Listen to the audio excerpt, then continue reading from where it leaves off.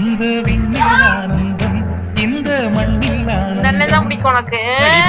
பந்தை முட்டி வந்த புல்லில் ஆனந்தம் வெயிலின் சுத்தம் ஆனந்தம் மழையின் சத்தம் ஆனந்தம் அடமழையில் கூட சாயம் போகா வானவில் ஆனந்தம் வாழ்வில் நூறானந்தம் வாழ்வே பேரானந்தம் பெண்ணை தரையெழுதும் சுயஜரிதம் அதில் அன்பே ஆனந்தமான பச்சை கிளிகள்